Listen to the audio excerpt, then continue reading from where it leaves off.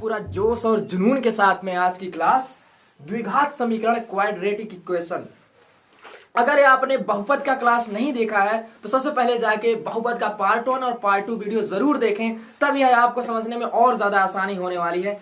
द्विघात समीकरण का पूरा कंसेप्ट यहाँ पर क्लियर करने वाले हैं और इसी के साथ में हाई स्कूल से कुछ क्वेश्चन भी उठाएंगे, हाई स्कूल के मैथ की बुक से कुछ क्वेश्चन भी सॉल्व करेंगे, जिससे आपके जितने भी प्रश्नावली दी हुई है, जितने भी एक्सरसाइज दिए हुए हैं, सभी से एक एक क्वेश्चन करके और पूरा निस्तारण करने वाले हैं, सुपड़ा साफ करने वाले हैं द्विघात समीकरण का। बने रहिए हमारे साथ, लास्ट तक वीडियो जरूर देखिए।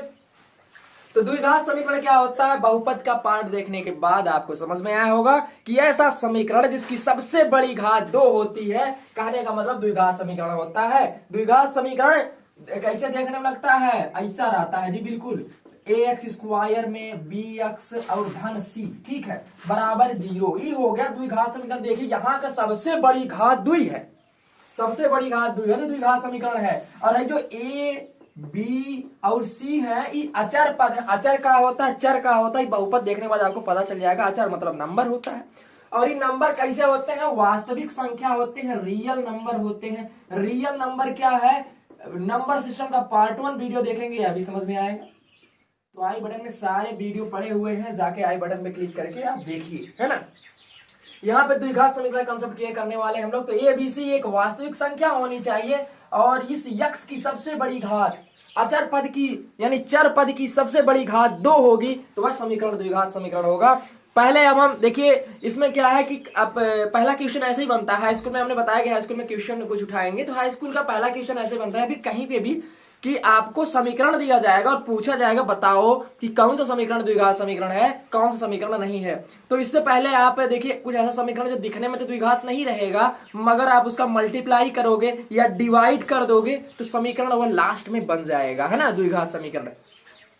तो हम स्टार्ट करते हैं, हाई स्कूल के बुक से क्वेश्चन उठाते हैं, वहीं से सीखते हैं मल्टीप्लाई कैसे करते हैं बहुपदों का। देखिए एक क्वेश्चन दिया हुआ है प्रश्नावली 4.1 में जो है, तीसरा क्वेश्चन हम उठाते हैं यहाँ से। तो दिखने में ऐसा ही होता है द्विघात समीकरण। अभी हम इसका पूरा सुपड़ा साफ करने वाले हैं। देखिए एक समीकरण दिया हुआ है, इसी से हम सीखते। देखिए दिखने में तो ऐसा है x - 2 x + 1, ठीक है, बराबर है x - 1 एंड x + 3। देखिए हमने यह क्वेश्चन इसलिए उठाया, क्वेश्चन लेने का मतलब यह नहीं है, हमने इसलिए उठाया है कि आपको इसी के सहारे मल्टीप्लिकेशन करना सिखाएंगे, गुणा करना सिखाएंगे और बहुत ही आसानी से आप लोग सीखोगे, बिल्कुल आसान भाषा में सीखोगे। बने रहिए हमारे साथ। तो इसका गुणा कैसे करते हैं, ये देखिए बहुपद 2 दिए गए हैं, बीच में जहां कुछ नहीं होता वहां गुणा माना जाता है। यह बात देखिए, गुणा मतलब यहाँ है, यहां पर भी गुणा है, ठीक है। इन दोनों का गुणा करके अभी जो लास्ट में अगर द्विघात समीकरण बन रहा है तो द्विघात है, नहीं तो नहीं है। वही चेक करना है कि बताओ द्विघात समीकरण है कि नहीं। देखिए अगर ये आप सोचते हैं कि द्विघात इसमें कहीं नहीं दिख रहा है ना, तो नहीं जी, इसको पहले गुणा करेंगे हम। गुणा करने का तरीका, एक कहानी समझिए, पहले कहानी सुनिए आपके ही गांव की, कि आपके घर में 2 लोग हैं और आपके पड़ोसी घर में भी 2 लोग हैं। देखिए ये आपका घर है और ये आपका पड़ोसी का घर है, जिसको आप छत से देखते हो। तो ये आपका घर है, ये आपके पड़ोसी का घर है। तो आपके घर में 2 लोग हैं, है ना, और आपके पड़ोसी में भी 2 लोग, इसे आप एक देखते हो, एक और है कोई, तो 2 लोग हैं। तो यहाँ पे क्या किया गया कि दीपावली आ गई है और दीपावली मनाई जा रही है। तो कहा आप दोनों में से मान लो भाई लोग रहते हो रूम में, तो आपके भाई ने बोला कि भैया जो है हम तब तक मिठाइयाँ रखा रहे हैं और आप जो है तब तक गोड़ उड़ धर के आइए। मतलब उसी देखो जो कभी नहीं मिलता है उस दिन दुश्मन भी गले लग जाते हैं, ऐसा दीपावली हिंदुओं का त्योहार होता है। तो दीपावली के दिन जो है आप, या तो ईद पड़ गया, कोई भी, देखिए धर्म विशेष को ना लो, कोई त्योहार खुशियों का त्योहार होता है, सभी त्योहार खुशियों का त्योहार है। तो वहां पे क्या किए कि ये जो है गए, उनके घर जाएंगे, सबसे पहले जो भी मिलेंगे उनका पैर छुएंगे। तो ये गए हैं इनके पास, पहले गए इनके, देखिए अपना घर है, इनके घर गए हो तुम, पहले ये गए हैं इनके पास। तो ये जो नहीं यक्ष है, तो यहाँ पे क्या करना है, गोड़ धरना है, बिल्कुल गोड़ पकड़ना है, मतलब गुणा करना है। क्या करना है, गुणा करना है। यक्ष का गुणा आपने यक्ष में किया तो यक्ष स्क्वायर, है ना, यक्ष का गुणा आपने यक्ष में किया तो क्या हो गया, एक्स स्क्वायर हो गया है। और फिर क्या किए, हाई जो धन है धन लगा दो जी, फिर यही गए है ना उधर, तो फिर यह इनसे भी मिलेंगे, इनका भी पैर छुएंगे। तो यक्ष का गुणा 1 में करोगे तो किसी का गुणा 1 कम बार उतना होता है, तो यक्ष 1 कम यक्ष, ठीक है, यह बात समझ गए हो। फिर ये वापस आ गए। अब ये दूसरे की बारी है, ये माइनस साइन दिख रहा है तो साइन बिल्कुल लगा दो आप। दुई का गुणा इसमें, अब देखो ये इनके पास गए हैं, ये तो पहले इनसे मिले फिर इनसे मिले हैं, अब यह जो है इनसे मिले हैं, तो दुई जब इनसे मिले दुई का गुणा यक्स में हो गए, क्या हो गए दुई यक्स, है ना। दुई का गुणा, देखिए कहने का मतलब क्या होगा, दुई और गुणे यक्स करोगे क्या हो जाएगा, दुई यक्स हो जाएगा। लेकिन दुई धन यक्स करोगे क्या होगा, क्या होगा, दुई धन यक्स, नहीं जुड़ेगा, कुछ नहीं होगा, यही पड़ा रहेगा, ठीक है, इसमें कोई दिक्कत नहीं, ये आप जानते होंगे, समझ गए होंगे। तो जब इसका गुणा हुआ तो ये हो गए दुई यक्स, ठीक। और ये फिर माइनस धन है, माइनस और धन का हो गए माइनस, और दुई एकम दुई। चिन्ह में अगर दिक्कत होगी तो बहुपद का वीडियो आप देखे होंगे तो उसमें समझ गए होंगे, चिन्ह में दिक्कत नहीं हो रही होगी आपको, फिर चिन्ह कैसे गुणा होकर बदल जाते हैं, है ना, बराबर। तो अब देखिए इधर की वही सेम पोजीशन जैसे यहाँ पे किए, पहले ए जाएंगे, देखो इसमें से आप स्वच्छंद हो, किसी को बोल सकते हो, आप दोनों की सामंजस्य है। आप किसी को बोल दो कि मैं रुक जाता हूं तुम जाओ पैर रख के आओ, और वो बोलेंगे कि मैं रुक जाता हूं तुम जाओ, तो कोई एक जाएगा, चाहे आप इसको भेज दो चाहे इसको भेज दो, बात तो बराबर रहेगी, चिंता मत करना। तो हम इसी को भेज रहे हैं, इसको जाएंगे तो ये भी हो गए एक्स स्क्वायर, यहाँ देखिए धन है तो तीन इनसे मिले हैं, तीन एक्स हो गए, फिर यह गए हैं, देखो यहाँ ऋण है तो यहाँ चिन्ह लगा दोगे, यही चिन्ह इनसे गुणा, यहाँ धन होता है, जहाँ कुछ धन माना जाता है, तो एक का गुणा एक्स में किए तो माइनस एक्स हो गया। अब इसी माइनस प्लस का माइनस होता है, तीन एक कम तीन होता है। देखिए हमने आसानी से गुणा कर लिया, यह आप देख चुके हो, सीख चुके होंगे देखकर कि गुणा कैसे करते हैं बहुपद। अब गुणा में दिक्कत नहीं होनी चाहिए आपको, कि अगर गुणा में दिक्कत होती है तो इसे एक बार रिपीट इस कहानी को देखिए, दीपावली का त्योहार आप हमेशा याद रखिएगा, गुणा में कोई भी दिक्कत नहीं है। देखिए यहाँ पे दो ही लोगों का गुणा हुआ है, अब ऐसे कितने भी लोग रहे, एक घर में जितने लोग हैं सभी को आप भेजेंगे आप, यही दीपावली का त्योहार हमेशा पढ़ना चाहिए, जब भी गुणा हो रहा है तो एक त्योहार पड़ेगा और अब जाके वहां पे गुणा कर दोगे, ठीक है, जैसे किया जाता है अभी यहाँ पे जिस कहानी के द्वारा आपने समझा है। तो अब जो है हम क्या किए कि देखो जो घात के समान होते हैं वही जुड़ते हैं, यह बात हमेशा दिमाग में बैठा लो कि बीज गणित में जिनकी घात समान होगी बस वही आपस में जुड़ेंगे, घटेंगे, कुछ भी करेंगे, लेकिन नहीं होगा उनकी अगर घात समान नहीं है तो जुड़ेंगे घटेंगे नहीं, गुणा भाग तो हो जाएगा लेकिन जुड़ेंगे घटेंगे नहीं। तो है एक्स स्क्वायर, यह भी एक्स स्क्वायर है ना। देखिए आप ऐसे डायरेक्टली काट सकते हो, तो ये बाद में हम काटेंगे, पहले देखिए क्या किया जाता है, एक्स स्क्वायर इधर आ गया तो एक्स स्क्वायर, हाई धन इधर जाके क्या हो गया माइनस एक्स स्क्वायर, यह बात को समझ गए। अभी देखिए माइनस दो एक्स है प्लस एक्स है, माइनस दो एक्स बड़ा है मतलब एक्स घट जाएगा, कितना माइनस एक्स बचेगा, कितना बचेगा माइनस एक्स बच जाएगा, यहाँ पे माइनस एक्स बच जाएगा। और यहाँ देखिए तीन एक्स है, यहाँ माइनस एक्स, तीन में से एक एक्स घटेगा, कितना बचेगा दो एक्स। अब दो एक्स यहाँ धन में बचेगा और ये जब इधर आएगा तो क्या हो जाएगा ऋण हो जाएगा, चिन्ह बदल जाते हैं। देखिए जो बराबर है ना, बराबर का चिन्ह, तो बराबर के इधर उधर जो जाते हैं चिन्ह बदल जाता है, तो तीन एक्स में से एक्स जब घटा दोगे तो दो एक्स बच गया, तो माइनस में बच गया, माइनस दो एक्स, यह बात समझ रहे हैं, माइनस में दो एक्स बच गया, ठीक है। अभी जो है माइनस दो है, अब माइनस दो यहाँ पे आपने लिख दिया वैसे, अब हाई जो माइनस तीन है इधर जब आएगा तो माइनस वा धन में हो जाएगा ना, चिन्ह बदल गया तो धन तीन अब बराबर जीरो। इतना आप समझ गए कैसे उधर का सभी इधर लेके आए। हमेशा लेफ्ट हैंड साइड बाएं तरफ लाया करो, दहिना भाग अपना दहिना जो भाग है उसको बिल्कुल खाली रखो, जीरो बनाने की कोशिश किया करो, अच्छा लगेगा है ना। तो अब देखिए यहाँ क्या कर सकते हैं, हाई एक्स में से एक्स घट जाएगा मतलब कट सकता है, घट जाएगा काट दो जीरो हो जाएगा, तो हमने काट दिया, धन में था ऋण में था कट गया। अब भाई देखिए ऋण एक्स है, ऋण दो एक्स है, समान चिन्ह जुड़ जाते हैं, तो माइनस दो एक्स और माइनस एक्स कितना हो जाएगा माइनस तीन एक्स, कितना हो गया माइनस तीन एक्स, और माइनस दो है और तीन है, और तीन में से दो घट जाएगा तो कितना बचेगा धन एक, कितना बचेगा धन एक बराबर जीरो। अब हमको बता दो कि क्या यह समीकरण द्विघात समीकरण है, तो अभी हमने क्या बताया, जिसकी सबसे बड़ी घात दुई हो, द्विघात समीकरण होता है ना। तो यहाँ पे द्विघात दिख रहा, घात नहीं है, ये तो द्विघात ही कट गया, तो ये कैसा समीकरण रैखिक समीकरण है, द्विघात समीकरण नहीं है। तो प्रश्नावली 4.1 का जो तीसरा क्वेश्चन है, ये तीसरा क्वेश्चन जो है द्विघात समीकरण नहीं है। ये बात आपको समझ में आ गई, इतना तो आप समझ गए होंगे कि गुणा कैसे करते हैं, कैसे पहचानते हैं कोई समीकरण द्विघात समीकरण है कि नहीं है। तो इसके बाद तो यह आपको बिल्कुल समझ में आ गई होगी, है ना। अब इसके बाद हम क्या करने जा रहे हैं, अब इसके बाद हम समीकरण को, द्विघात समीकरण को हल करना सीखेंगे कि द्विघात समीकरण को हल कैसे करते हैं, और द्वि विधि से करेंगे। पहली विधि है गुणनखंड विधि, गुणनखंड करना सीखेंगे कैसे द्विघात समीकरण का गुणनखंड करते हैं, और दूसरी विधि है जो सूत्र विधि, फार्मूला विधि मतलब श्रीधराचार्य नियम जी, ये दोनों विधि से अभी हम इसको करने जा रहे हैं। देखते हैं कि द्विघात समीकरण को कैसे सॉल्व कर सकते हैं। दो विधि से सॉल्व करेंगे, एक है सूत्र विधि श्रीधराचार्य नियम वाला और दूसरा है गुणनखंड विधि से। ठीक है, तो गुणनखंड विधि से पहले देखते हैं कि गुणनखंड विधि, गुणनखंड करते कैसे हैं। देखिए गुणनखंड विधि, ठीक है, गुणनखंड विधि से हल करेंगे इसको। गुणनखंड विधि से आप ध्यान दीजिए हमेशा इस बात को, जो भी यहाँ पे पहला संख्या है, यहाँ ए की जगह है, यहाँ ए होता है, यहाँ सी होता है, तो आप इसका और इसका गुणा करोगे। क्या करोगे? गुणा करोगे। हमने क्या कहा कि 2 गुणे 6 किए कितना आ गया? 6 दूना 12। 2 गुणा 6 किए कितना आ गया? 6 दूना 12 आ गया। अब क्या करना है आपको भाई? बीच में देखना है। देखिए जहां भी यह चर पद है यक्स, यक्स के साथ में अगर कोई संख्या नहीं लिखी हुई है तो वहां पर 1 माना जाता है कि यहाँ पर 1 लिखा हुआ है। यह माना जाता है लेकिन लिखते नहीं है, तो 1 यहाँ पर लिखा हुआ है। हमने गुणा किया 12 आ गया। अब आपको वह काम करना है कि देखिए यह माइनस में था तो -12 आया है, ये -6 है ना, तो -12 आ गया। अब आपको एक काम करना है कि जोड़ने पे 1 आए, जोड़ने पे तो 1 आए, जोड़ने या घटाने किसी पे तो 1 आए, लेकिन गुणा करने पे -12 आ जाए। ऐसी 2 संख्याएं खोजनी है। तो ऐसी 2 संख्याएं आप मन में भी खोज सकते हैं। 4 और 3 मिल जाएगा। ठीक है, 4 में से 3 जाएगा तो 1 बचेगा। तो लेकिन इसको ऐसे कैसे निकालोगे, इतना दिमाग नहीं चल रहा कैसे करे सर। तो आप क्या करोगे? इस 12 का गुणनखंड करोगे, जिसे गुणनखंड किया जाता है। 12 को आप क्या किया? 2 से काटे, 2 छक्का 12 है, फिर 2 से काटे, 2 तिया 6, फिर 3 को काट दिया, 1 आ गया।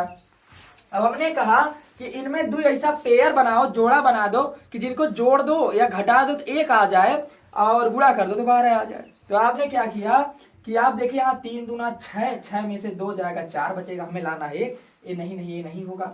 तो आपने क्या किया कि 2 गुणे 2 4 हो गया, और 4 का अगर 3 में गुणा कर दोगे कितना हो जाएगा? 4 तिया 12 और 4 में से 3 जाएगा तो 1 बचेगा। यह आपको मिल गया। लेकिन अब यहाँ पे ध्यान देना, हमने क्या कहा कि 4 का गुणा 3 में करोगे 12 मिल गया, लेकिन लाना है -12। इसका मतलब क्या है कि इसमें 4 या 3 कोई तो एक माइनस में होगा, 4 या 3 कोई एक माइनस में होगा। लेकिन माइनस में होगा कौन है, कैसे पता करेंगे? यहां देखेंगे, यहां पर देखेंगे कि यहां पर धन है या ऋण है। अगर ऋण होता तो बड़ा वाला संख्या माइनस में होता, अगर यह ऋण में होता है माइनस होता तो बड़ी वाली संख्या माइनस में होती, और अगर यहाँ धन है तो छोटी वाली संख्या माइनस में होगी। यह बात समझ गए? हमने क्या बोला कि अगर यहाँ धन है तो बड़ी वाली संख्या प्लस में होगी, अगर यहाँ ऋण है तो छोटी वाली संख्या प्लस में होगी, बड़ी वाली संख्या ऋण में होगी। ठीक है, तो क्या हुआ कि हमने यहाँ पर प्लस देखा तो छोटी वाली संख्या माइनस में होगी।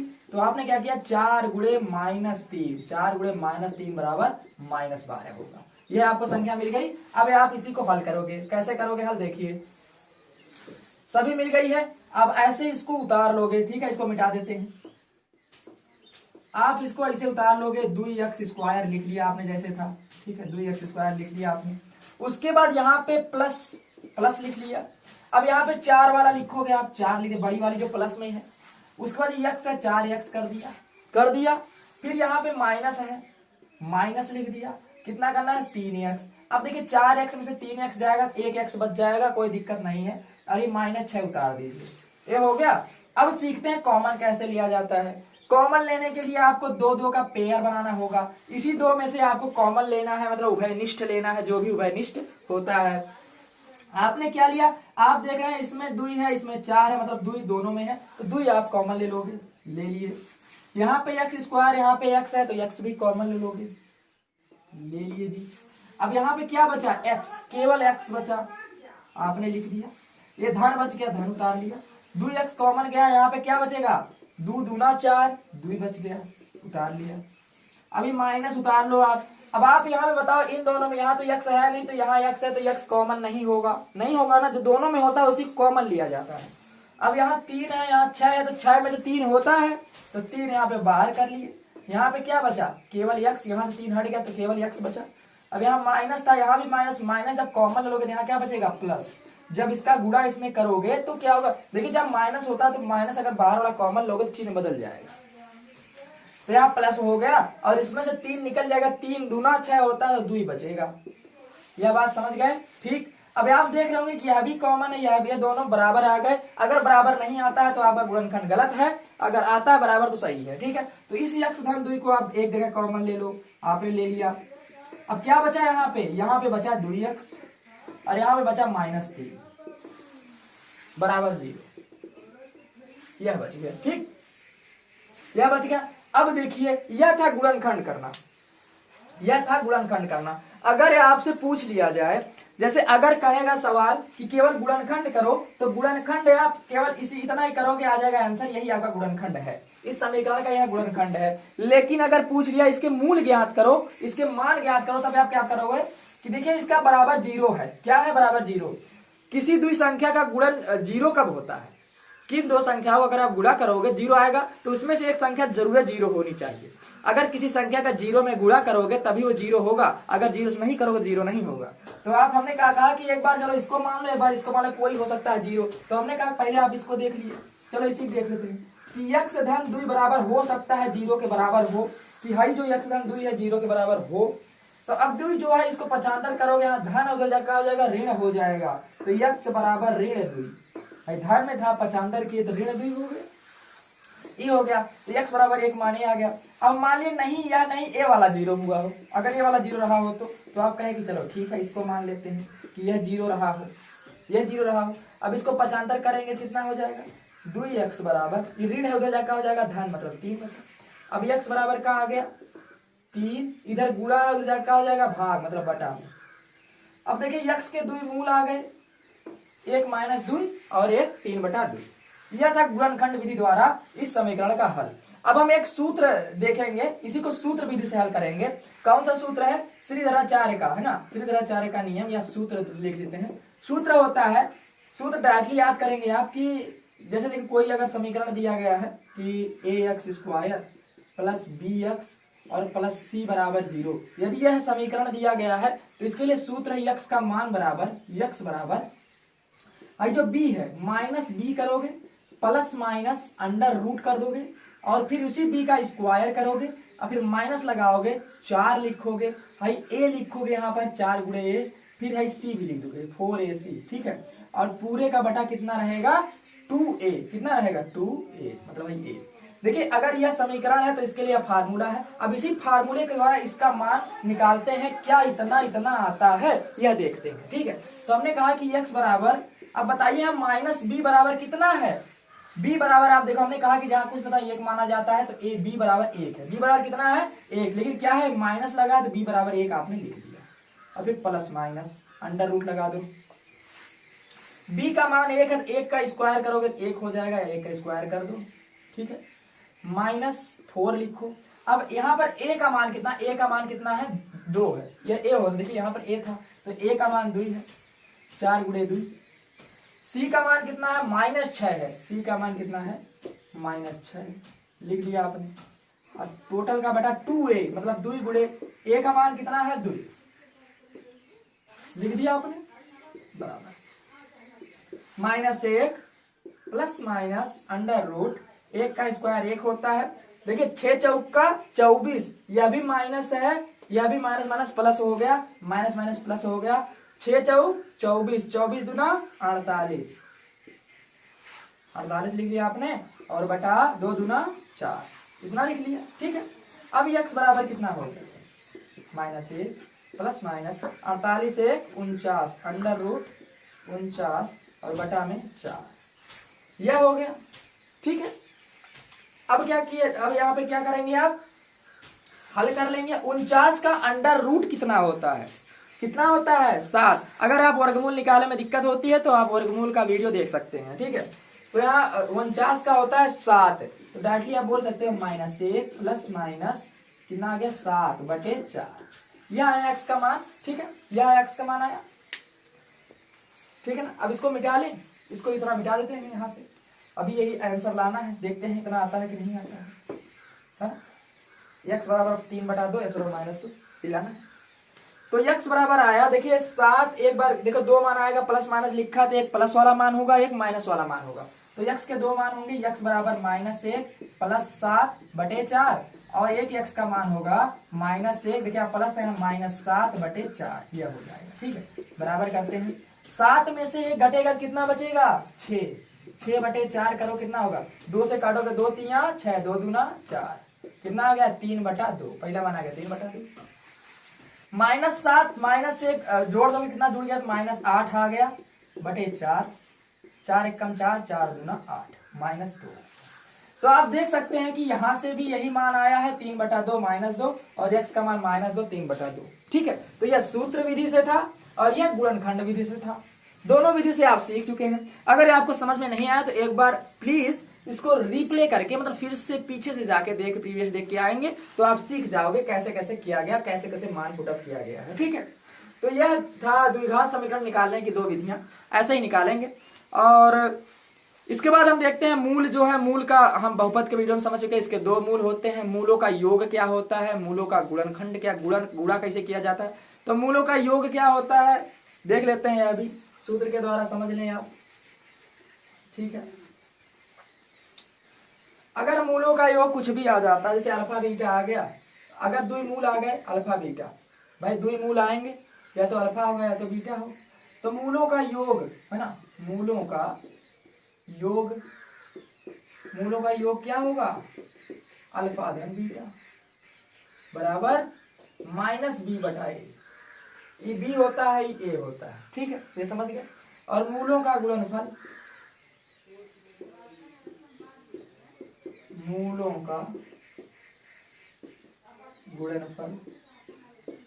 c/a। ठीक है, यह 2 चीज आप लोग जानते हो। ठीक है, यह लिख दिए सूत्र, आप देख ली। ठीक है, इसका प्रयोग आप बहुपद वाले वीडियो में करोगे, बहुपद वाले वीडियो में इसका प्रयोग किया गया है, कैसे करते हैं।